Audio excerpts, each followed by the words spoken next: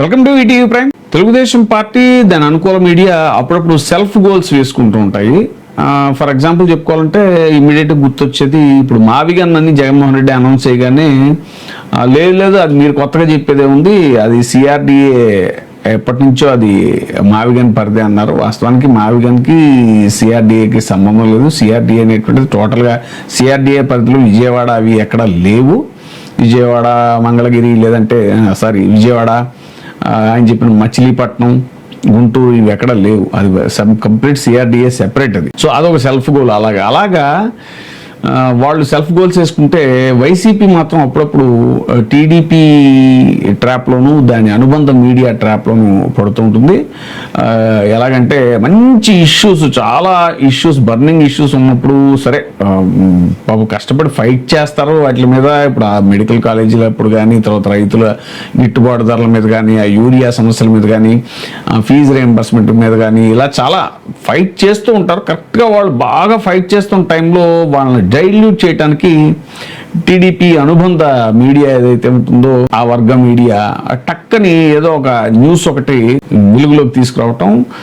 దాని మీద ఏంటంటే అబ్బబ్బా రాధాకృష్ణే ఈ న్యూస్ రాసేసాడు. ముఖ్యంగా ఏబిఎన్ ఆంధ్రజ్యోతి చెప్తుంటే ఆయన గొప్ప జర్నలిజం లాగా అప్పుడప్పుడు నేను న్యూట్రల్ గా ఉన్నాను అనిపించుకోవడానికి టక్మన ఒక వార్త తెర మీద తీసుకొస్తాడు ఆయన. ముఖ్యంగా ఏంటంటే ఈ మధ్యన మంత్రుల సింగపూర్ టూర్ మీద ఆయన విరుచుకుపడ్డాడు. ముందు ఒకసారి కూడా ఏదో ఎమ్మెల్యేలు పనితీరు బాగోలేదు అది ఇది అని చెప్పేసి ఏదో తను ఒక నిఖార్సైన జర్నలిస్ట్ గా ఉన్నాను అని ప్రపంచానికి తెలియజెప్పడంలో భాగంగా ఆయన మధ్య మధ్యలో రాస్తూ ఉంటాడు. మళ్ళీ జస్ట్ ఒక్కసారి అలా మెరిపించేసి మళ్ళీ మామూలే యథాతథంగా ఆయన భజన ఏదైతే ఉంటుందో ఆ భజన కొనసాగుతూనే ఉంటుంది. టీడీపీకి 6 మంత్రులకి శిక్షణ యాత్ర, మరో 3 అధికారులు కూడా ప్రయాణ ఖర్చులే 95 లక్షలు, రాజకీయ జవాబుదారీతనం, నేషనల్ ఫస్ట్ లీడర్షిప్, సింగపూర్ పాలనా విధానాలపై శిక్షణ, ఈ అధ్యయనానికి విదేశీ పర్యటనలే అవసరమా అంటూ ఆయన రాసేసరికి ఇప్పుడు మంచి మావిగన్ను, అమరావతి ఫైట్, మావిగన్ ఇప్పుడే ప్రజల్లోకి తీసుకెళ్తున్నటువంటి మంచి వాడి వేడి చర్చ జరుగుతున్న టైంలో ఈ మాట రాగానే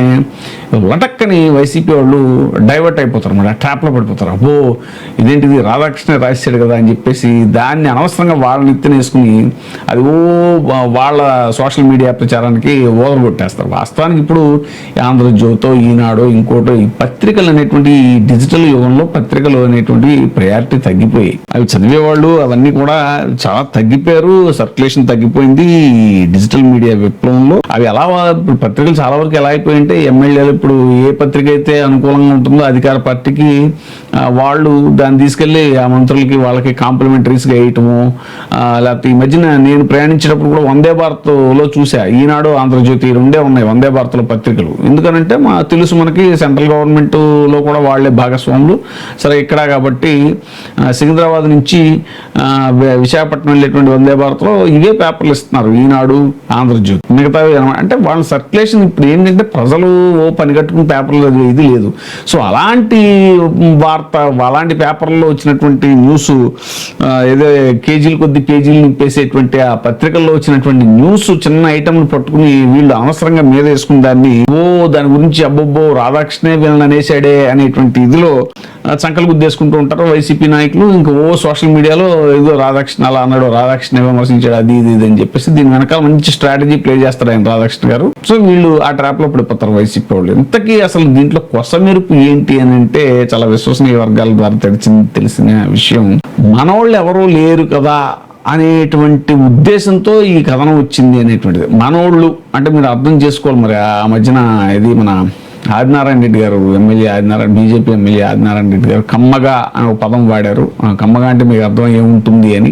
సో అలాగా ఇక్కడ మనోళ్లే అనేటువంటి చర్చ జరుగుతుంటుంది. కాబట్టి ఆ మనోళ్ళు ఎవరు వెళ్ళిన మంత్రుల్లో లేరు కాబట్టి రాధాకృష్ణ ఈ కథనం రాశాడు. ఆయన అంత వెళ్ళిన వాళ్ళలో ఎవరు అని అంటే అచ్చెన్నాయుడు, అనగాన సత్యప్రసాద్, వంగలపూడి అనిత, పొంగూరు నారాయణ, బీసీ జనార్దన్ రెడ్డి, సత్యకుమారు. వాడు మనవాళ్ళు కాదు, మనోళ్లే అనేటువంటిది కాకుండా మనోళ్ళు కాదు కాబట్టి వీళ్ళు వీళ్ళ గురించి రాసినా పర్వాలేదు, అప్పుడప్పుడు మనం కూడా అధికార పార్టీ మీద ధ్వజమెత్తినట్టుగా తటస్థ జర్నలిజం చేస్తున్నట్టుగా పాత్రికేయ విలువలు ఉన్నట్టుగా కొంచెం బిల్డప్ ఇవ్వాలి. కాబట్టి ఇప్పుడు ఇది ఒక అవకాశం దొరికింది ఆయనకి, రాధాకృష్ణ గారికి. ఎందుకంటే వెళ్ళిన వాళ్ళు మనోళ్ళు కాదు అనేటువంటి ఇదిలో 9 మందితో కూడిన బృందం ఈ నెల 21న సింగపూర్ వెళ్ళేది. వారం రోజుల పర్యటన. మంత్రులకు సింగపూర్ ట్రిప్ ప్రయాణ ఖర్చులు 95.18 లక్షలు. ఇంకా అక్కడ స్టార్ హోటల్లో బస, తిండి, ఇతరత్ర ఖర్చులు అదనం. మొత్తంగా సింగపూర్ ట్రిప్ గెయిమ్ 3 కోట్లు దాటే అవకాశం ఉంది. ఇంత ప్రజాధనం ఖర్చు చేసి మీరు ఏం చేస్తారు? అక్కడ శిక్షణ పొంది ఇక్కడ శిక్షకులుగా వ్యవహరిస్తారట. రాజకీయ జవాబుదారీతనం, నేషన్ ఫస్ట్ లీడర్షిప్, సింగపూర్ పాలనా మోడల్ గురించి అధ్యయనం చేసి వస్తారట. అసలే అప్పుల్లో మునిగిన రాష్ట్రం, వేల కోట్లలో బకాయిలు, రోజు ఆర్థిక కష్టాలు. ఇలాంటి పరిస్థితుల్లో విదేశీ ట్రిప్లు అవసరమా అన్నది అసలు ప్రశ్న. మంచి విధానాలు ఎక్కడున్నా నేర్చుకోవాలి, కానీ నేటి హైటెక్ యుగంలో దీనికోసం దేశాలు తిరగక్కర్లేదు. ఇంటర్నెట్లో వెతికితే 100 పేజీల సమాచారం వస్తుంది. ఆ రంగాల నిపుణులను పిలిపించుకుని ఇక్కడే శిక్షణ పొందవచ్చు. ఆయా దేశాల్లోని ఉత్తమ విధానాలు వివరించేందుకు ప్రభుత్వ రంగంలోని మానవ వనరుల అభివృద్ధి సంస్థలు, అధ్యయన సంస్థలు చాలానే ఉన్నాయి. ఎక్కడికి వెళ్లకుండా ఇక్కడే కూర్చుని సింగపూర్ నుంచి బోల్డ్ విషయాలు నేర్చుకోవచ్చు. మరి దావోస్ వెళ్లకుండా కూడా పెట్టుబడులు ఎక్కడికి తీసుకురావచ్చు కదా. దావోస్ పేరుతోటి ఎంతంత స్పెషల్ ఫ్లైట్లు, అవి ఖర్చులు, అక్కడ బస, హోటళ్ళు, ఇవి. మరి ఇలాంటివి మాత్రం రాధాకృష్ణ గారు రాయరు. ఏది ఇప్పుడు గ్రాఫిక్స్, డిజైన్లు ఇవన్నీ సింగపూర్ గవర్నమెంట్తో చేయటం, లేకపోతే వాళ్ళతో చేయించడం, వీళ్ళతో చేయించడం, ఇవన్నీ కూడా డిజైన్లు ఏముంది. ఇప్పుడు వచ్చిన టెక్నాలజీకి చాట్ జీపీటీలు, జెమినీ ఏఐలు వీటిలో కూడా రాదా.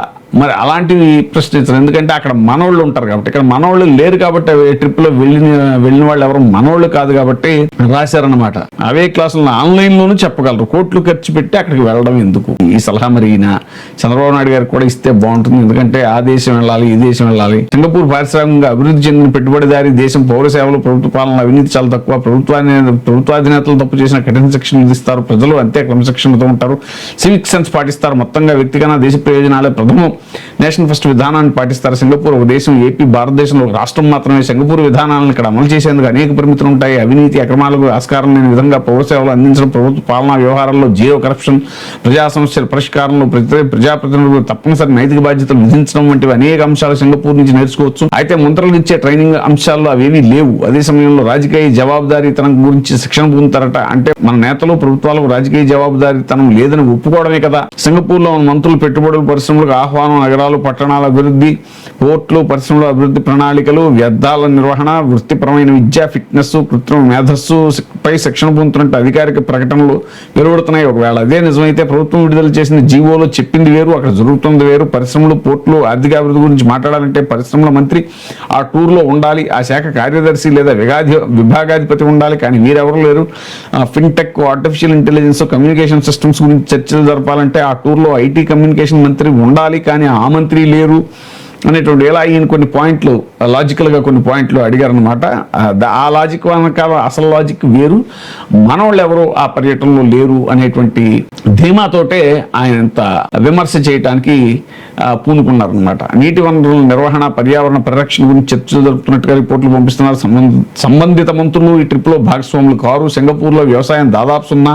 అలాంటి చోటికి వ్యవసాయ మంత్రి వెళ్ళి ఏం చేస్తారు, ఏం చూస్తారు? ఇక ఆ టూర్కి వెళ్ళిన అధికారులు ఎవరంటే ఓ ఐఏఎస్ అధికారి, మరో ఇద్దరు జూనియర్ అధికారులు. శిక్షణాంశాలకు ఫారెస్ట్ అధికారికి సంబంధమే లేదు. మొత్తంగా చూస్తే ఇది అధ్యయనం తక్కువ, వ్యవహారం ఎక్కువ అన్నట్టు ఉంది అనేటువంటి వ్యాఖ్యలు వినిపిస్తున్నాయి. సింగపూర్లోని ప్రముఖ పర్యాటక ప్రాంతాలను మంత్రులు కవర్ చేస్తున్నారు. రాష్ట్రం నుంచి పలు సందర్భాల్లో మంత్రులు, అధికారులు అధ్యయనం పేరిట విదేశాలకు వెళ్లారు. అక్కడికి వెళ్ళిన అధికారులు ఇక్కడికి వచ్చి ఇతరులకు శిక్షణ ఇచ్చేలోగానే బదిలీ అయిన సందర్భాలు ఉన్నాయి. మరోవైపు దేశవ్యాప్తంగా ఇటు కేంద్రం, అటు రాష్ట్రాలు విదేశీ పర్యటనలు తగ్గించుకున్నాయి. Zoom conference, teleconference, online learning and training, కృత్రిమ మేధ, ఏఐ వచ్చాక కీలక అంశాలపై అధ్యయనం, శిక్షణకు స్థానికంగా ఉన్న మానవ వనరులు, ఐటీ విభాగాలను ఎంచుకుంటున్నాయి. ఏపీ ప్రభుత్వం ఇంకా టూర్ల పేరిట దుబారా ఆపడం లేదు. కొసమెరుపు ఏమిటంటే సింగపూర్లో నేర్చుకున్న అంశాలపై అధికారులు రిపోర్ట్ ఇవ్వాలని జీవోలో పేర్కొన్నారు. కానీ మంత్రులకు మాత్రం అలాంటిది ఏమీ లేదు. బాగుంది. మరి ముఖ్యమంత్రి గారు, అలాగే మన నారా లోకేష్ గారు, వీళ్ళంతా కూడా రకరకాల ట్రిప్పులు. పవన్ కళ్యాణ్ గారు అయితే అప్పుడు పెద్దరెడ్డి గారికి సంబంధించినటువంటిది భూములేవో అక్కడ ఫారెస్ట్ ల్యాండ్ లో ఉన్నాయని చెప్పేసి ఏరియల్ సర్వే చేసి మరి హెలికాప్టర్ వేసుకుని ఏరియల్ సర్వే చేశారు. మరి అవసరమా? ఇప్పుడు మీరు చెప్పిన దాని ప్రకారం అయితే Zoom conference, teleconference, online learning ఇలాంటివన్నీ కృత్రిమ మీద ఏఐ ఉన్నాయి. ఈ సందర్భంలో ఆయన కూడా అవన్నీ తెప్పించుకుని అక్కడ ఆయన క్యాబిన్ లో కూర్చుని ఇవన్నీ చేయొచ్చు కదా అనేటువంటి ప్రశ్నలు మీరు అడిగారా?